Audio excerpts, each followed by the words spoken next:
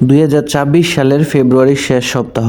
বিশ্ব যখন ইউক্রেন যুদ্ধ আর চীন তাইওয়ান টেনশন নিয়ে ব্যস্ত, ঠিক তখনই মধ্যপ্রাচ্যে শুরু হয় এমন একটি যুদ্ধ যা কয়েক ঘন্টার মধ্যে পুরো বিশ্বের শেয়ার বাজার, তেলের দাম এবং রাজনীতিকে নাড়িয়ে দেয়।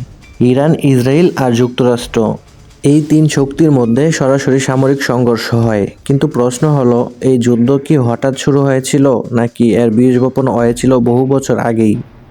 আজকের এই ভিডিওতে আমরা জানব যুদ্ধের পেছনের ইতিহাস, কিভাবে যুদ্ধ শুরু হলো, কারা কারা এই যুদ্ধে আঘাত করলো এবং এই যুদ্ধের প্রভাব কিভাবে পুরো বিশ্বের উপর পড়েছিল।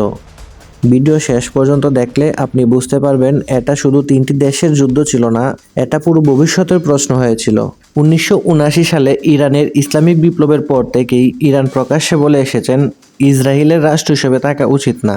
অন্যদিকে ইসরায়েল দেখে ইরানকে তার সবথেকে বড় হুমকি হিসাবে, বিশেষ করে ইরানের নিউক্লিয়ার প্রোগ্রামকে। যুক্তরাষ্ট্রের অবস্থান। যুক্তরাষ্ট্র বরাবরই ইসরায়েলের ঘনিষ্ঠ মিত্র আর ইরানকে দেখে প্রধান শত্রুদের একজন হিসাবে। 2020-এর দশকে এসে ইরান ড্রোন বানায়, ব্যালিস্টিক মিসাইল বানায়, ইউরেনিয়াম সমৃদ্ধ করে, ইসরায়েল গুপ্ত হামলা, সাইবার অ্যাটাক, বিজ্ঞানীদের হত্যা।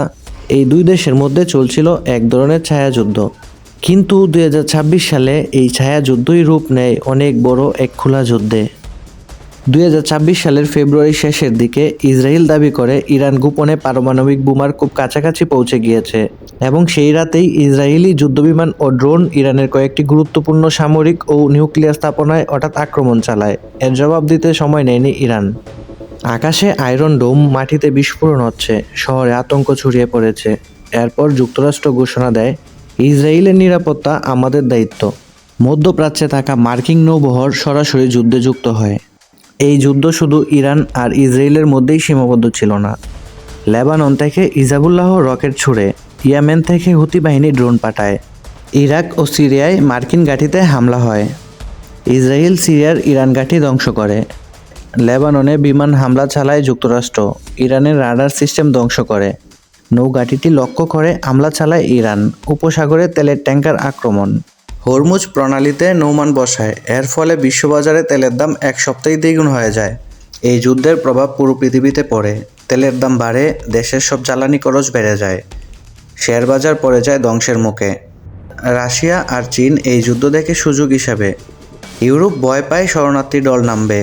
মুসলিম বিশ্ব দুই ভাগে বিভক্ত, কেউ ইরানের পক্ষে, কেউ নিরপেক্ষ। জাতিসংঘ জরুরি বৈঠক ডাকে, বিশ্ব নেতারা যুদ্ধ বন্ধের আহ্বান জানায়। সবচেয়ে বড় ভয় ছিল, এই যুদ্ধ যদি নিউক্লিয়ার পর্যায়ে যায় তখন কি হতো এই পৃথিবীতে। 2026 সালের ফেব্রুয়ারির শেষ দিকে যখন ইরান, ইসরায়েল, যুক্তরাষ্ট্র যুদ্ধের ঠিক চরম পর্যায়ে, ঠিক তখনই সোশ্যাল মিডিয়া এবং কিছু মধ্যপ্রাচ্যের চ্যানেলে একটি খবর ছড়িয়ে পড়ে, ইরানের সর্বোচ্চ নেতা আয়াতুল্লাহ আলী খামেনি মারা গিয়েছেন। এই খবর মুহূর্তেই ভাইরাল হয়ে পড়ে।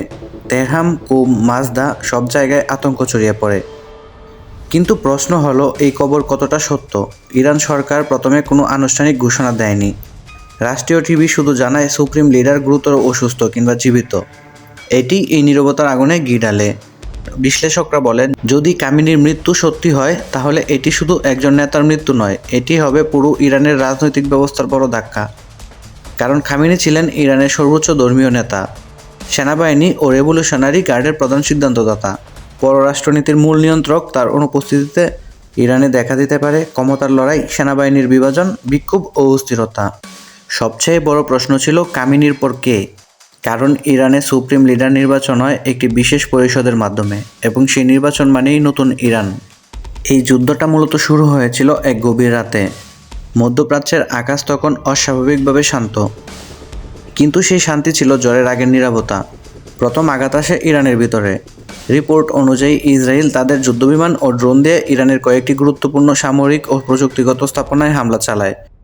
লক্ষ্য ছিল রাডার সিস্টেম, মিসাইল উৎপাদন কেন্দ্র এবং এমন কিছু জায়গা যেগুলো ইরানের সামরিক শক্তির মূল ভিত্তি। ইস্পাহান, নাতানজা আর তেহরানের আশেপাশে বিস্ফোরণের শব্দ শোনা যায়। এই আঘাতের জবাব দিতে ইরান দেরি করেনি। কয়েক ঘন্টার মধ্যেই ইরান থেকে একসাথে ছোড়া হয় ব্যালিস্টিক মিসাইল আর ড্রোনের ঢেউ। সেগুলো আকাশ পেরিয়ে গিয়ে পড়ে ইসরায়েলের শহরগুলোর দিকে, তেল আবিব, হাইফা এবং দক্ষিণাঞ্চলের সামরিক ঘাঁটির ওপর। ইসরায়েলের আকাশে আয়রন ডোম সক্রিয় হয়। অনেক ক্ষেপণাস্ত্র ভেঙে পড়ে আকাশেই, তবু কিছু আঘাত মাটিতে পৌঁছে যায়। এরপর যুদ্ধে সরাসরি যুক্ত হয় যুক্তরাষ্ট্র ঘোষণা দেয় ইসরায়েলের নিরাপত্তা তাদের দায়িত্ব। মধ্যপ্রাচ্যে থাকা মার্কিন যুদ্ধজাহাজ ও বিমান ইরান তার মিত্রদের অবস্থানে হামলা চালাতে শুরু করে। সিরিয়া ও ইরাকে থাকা ইরান সমর্থিত মিলিশিয়া ঘাঁটি একটু পরপর ধ্বংস হয়। কিছু হামলা হয় ইরানের উপকূলীয় সামরিক রাডার সিস্টেমের দিকেও। ইরান তখন আর একা লড়ছিল না, তার মিত্র শক্তিগুলো একে একে যুদ্ধে নামতে থাকে। লেবানন থেকে হিজবুল্লাহ উত্তর ইসরায়েলের দিকে রকেট ছুটতে শুরু করে। সীমান্তের গ্রামগুলো যুদ্ধক্ষেত্রে পরিণত হয়। এর জবাবে ইসরায়েল দক্ষিণ লেবাননের বিমান হামলা চালায়, রকেট লঞ্চার ও অস্ত্রগুদাম ধ্বংস করে। সিরিয়াও যুদ্ধের মাঠ হয়ে ওঠে। ইসরায়েল সেখানে ইরানের সামরিক উপস্থিতির উপর নিয়মিত বোমা হামলা চালাতে থাকে। ড্যামাস্কাস ও এলেপ্পোর আশেপাশে রাতের আকাশ লাল হয়ে ওঠে। ইরাকেও আগুন ছড়িয়ে পড়ে। ইরান সমর্থিত মিলিশিয়া যেখানে থাকা মার্কিন সামরিক ঘাঁটিতে ড্রোন ও রকেট দিয়ে আক্রমণ চালায়। যুক্তরাষ্ট্র পাল্টা আঘাত করে, তাদের ঘাঁটি লক্ষ্য করে। ইয়েমেন থেকেও যুদ্ধ ছড়িয়ে পড়ে সমুদ্রে। হুতি বাহিনী ড্রোন ও মিসাইল পাঠাতে থাকে ইসরায়েলের দিকে এবং লোহিত সাগর জাহাজের দিকে। এর ফলে বিশ্ব বাণিজ্যের রাস্তায় ভয় আর অনিশ্চয়তা ছড়িয়ে পড়ে। যুক্তরাষ্ট্র ও তার মিত্ররা ইয়েমেনের ভিতর হুতি ঘাঁটিয়ে হামলা চালায়। এভাবে যুদ্ধ আর কোনো দেশের মধ্যে সীমাবদ্ধ থাকে না। ইরান আঘাত করে ইসরায়েলে, ইসরায়েল আঘাত করে ইরানে ও মিত্রদের উপর, যুক্তরাষ্ট্র আঘাত করে ইরান ও তার মিত্রদের ঘাঁটিতে, আর ইরানের মিত্র গোষ্ঠীগুলোর দিকে ইসরায়েল ও মার্কিন ঘাঁটির দিকে পাল্টা আঘাত চালায়। যুদ্ধ ছড়িয়ে পড়ে Iran, Israel, Lebanon, Syria, Iraq, Yemen এবং সমুদ্রপথে। মধ্যপ্রাচ্য তখন আর কয়েকটি দেশের এলাকা নয়, এক বিশাল যুদ্ধমাঠে পরিণত হয়। যখন মধ্যপ্রাচ্যে যুদ্ধের আগুন জ্বলে উঠল, প্রথম ধাক্কাটা লাগলো তেলের বাজারে। পারস্য উপসাগর আর লোহিত সাগর দিয়ে যেখানে প্রতিদিন কোটি কোটি ব্যারেল তেল যায়, সেই রাস্তাগুলোই হয়ে উঠল অনিরাপদ। জাহাজ চলাচল কমে গেল, বিমা খরচ বেড়ে গেল, আর তেলের দাম এক লাফে আকাশে উঠে গেল। এই তেলের দাম বাড়ার ঢেউ সরাসরি গিয়ে আঘাত করলো ইউরোপ, এশিয়া আর আফ্রিকার সাধারণ মানুষের জীবনে। পেট্রোলের দাম বাড়লো, বাস ট্রেনের ভাড়া বাড়লো, বিদ্যুতের বিল বেড়ে গেল। যুদ্ধটা যেন দূরে হলেও তার আগুন এসে লাগলো রান্নাঘরের চুলায়। মুসলিম বিশ্বে প্রভাব পড়লো আরেকভাবে, কোথাও ক্ষোভ, কোথাও প্রতিবাদ, কোথাও আবার নীরবতা। সোশ্যাল মিডিয়ায় ছড়িয়ে পড়লো রাগ আর আবেগ, রাস্তায় নামলো বিক্ষোভ। বিশ্ব রাজনীতি আরও উত্তপ্ত হয়ে উঠলো। আর সবচেয়ে বড় ভয়টা ছিল, এই যুদ্ধ যদি বড় হয়ে যায়, যদি এতে আরও শক্তিধর দেশ ঢুকে পড়ে, যদি কখনো পারমাণবিক অস্ত্রের কথা উঠে আসে। 2026 সালের এই যুদ্ধ আমাদের শিখিয়েছে, যুদ্ধ শুরু হতে সময় লাগে না, কিন্তু এর প্রভাব থাকে বহু বছর। ইরান, ইসরায়েল আর যুক্তরাষ্ট্রের এই সংঘর্ষ শুধু বোমা আর মিসাইল যুদ্ধ ছিল না, এটা ছিল রাজনীতি, ধর্ম আর ক্ষমতার যুদ্ধ। আর প্রশ্ন একটাই, পরবর্তী যুদ্ধ কোথায়? আমরা কি তার জন্য প্রস্তুত? আজকের এই ভিডিওতে আমরা দেখলাম মধ্যপ্রাচ্যের এই যুদ্ধ কিভাবে কয়েকটি দেশের মধ্যে সীমাবদ্ধ না থেকে পুরো বিশ্বের উপর কিভাবে প্রভাব ফেলেছে। যদি এই ভিডিওটি দেখে নতুন কিছু শিখতে পারো, জানতে পারো, যদি মনে হয় এই বিশ্লেষণটা দরকার ছিল, তাহলে ভিডিওটিকে একটি লাইক দিয়ে সমর্থন করো। আর তোমার মতামতটি কমেন্টের মাধ্যমে জানাও। তোমার মতে এই যুদ্ধ কোথায় গিয়ে থামবে?